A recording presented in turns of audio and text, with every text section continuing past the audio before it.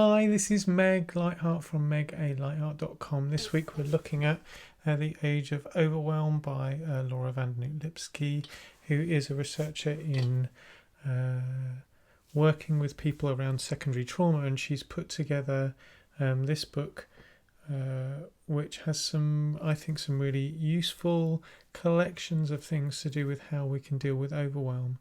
Yesterday we were talking about how you can be less distracted and more intentional. Today it shifts to being less disconnected and being more present, which is kind of an overlapping thing. And that sense of being disconnected, she identifies as causing two things. One is that we can begin to cause harm, particularly when if we're really focused on doing work that's outside of ourselves, and also trying to balance our well-being and trying to do all sorts of other stuff. We can end up harming people who are close to us, and also that sense of disconnection means that we're missing an opportunity to metabolize what's happening. And so much of the book is about how do we metabolize better. The other thing is when we're disconnected from ourselves and from what's happening, which is an appropriate trauma response, and it's something that we need to manage, is when we're disconnected, it also means that we're robbing ourselves and other people of the opportunity of our presence. And think about how often someone just being with you, even if the situation can't change, when you've been through something terrible, that someone who's just able to be with you can really help. Also reminds me of the work that Otto Scharmer does in Theory U, which is a whole big collection of stuff around how we hold the space and help create more interdependent, complex change.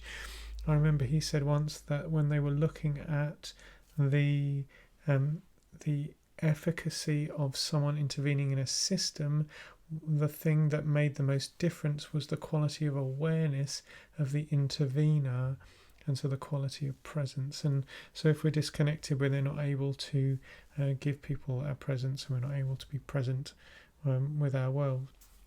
The advice in this chapter was probably the thing that triggered me to make these videos, because it's so practical, and it was interesting to come up in a book where you think, oh, what's the advice going to be about overwhelm?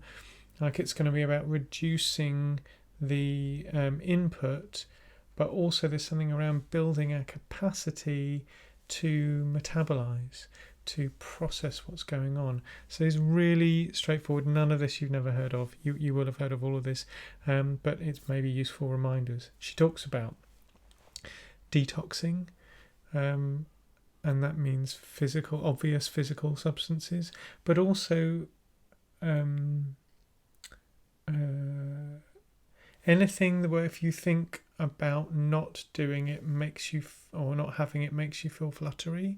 That's an area for exploration. And with all of these recommendations today, and indeed the whole week, I don't want anyone to, my aim is not to shame anyone if you have difficulty. I've gone through a lot of significant stuff around procrastination and money, where I got into really bad situations, and so I have full empathy that detox is not a straightforward thing of just drinking a kale smoothie, that it's a major thing, but it's an area of inquiry in our lives to go, where am I relying on something that I feel scared about not having it near me or in me, and how that means that we can be disconnected from our experience. She talks about being more connected to breath through meditation, or through mindful stretching, which in the West we inaccurately call yoga. Let's not And that links to some work by Bessel van der Kolk, who wrote The Body Keeps the Score, which is an incredible book around trauma. And him and his researchers noticed that one of the really major practical ways that you can be in control of the way you process trauma is by doing more mindful stretching. And so it develops this thing called interoception, which is your perception of the subtle shifts in your body and your emotions. And the more you can be aware of what's happening in your body, the more you can be in control of what you're doing, it seems. So all those benefits of doing mindful stretching also apply to overwhelm. She recommends you be active, and again that's to whatever level you're able to do. There was the thing that stood out for me from here was talking about if you live with anxiety, one of the benefits of raising your heart rate during exercise is it can desensitize you to some of the symptoms of anxiety, apparently. Sleep is important, and there's a growing bit of medical evidence that only in deep sleep do parts of our brain and our body get repaired and healed. I tread really carefully with this because I know lots of people have problems with sleep. Her advice is two things: is one, to get external help, and two, to schedule your sleep. And of course there's all those things around stopping caffeine earlier and sugar earlier, and not having screens just before, like an hour before bed, and reading things that are calming and all of that stuff, doing meditation, all these things. But I also know that sleep is and insomnia can be a real source of distress for people. So I'm just passing on her advice. She also talks about going outside, and there is a bit of anecdotal and leading towards scientific evidence that when you are around dirt, there are microbiomes in the dirt which enter through your nose and increase your serotonin. Now, of course, we know that. We know that walking in nature helps you feel better, but that if we want to become less overwhelmed, then being more focused about going outside, preferably where there are green things, preferably where there's dirt. It's why gardening feels so good, or doing long walks in somewhere where there's lots of dirt. I know that's not available to everyone, so again there's lots of other options as well. And her final thing is, if this is your thing, spending more time with animals can be really helpful.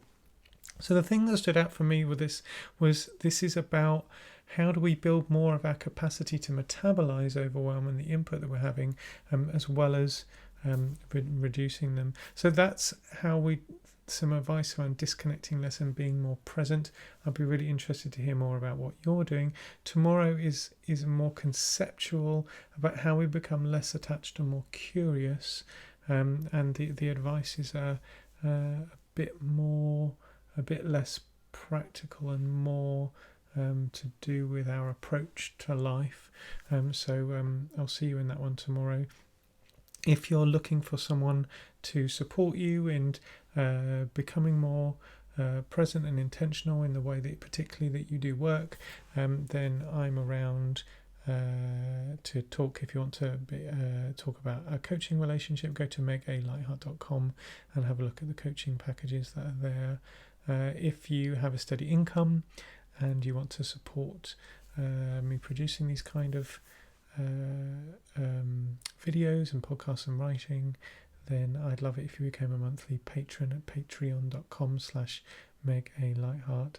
And of course, share the video with people you think it's going to be useful for.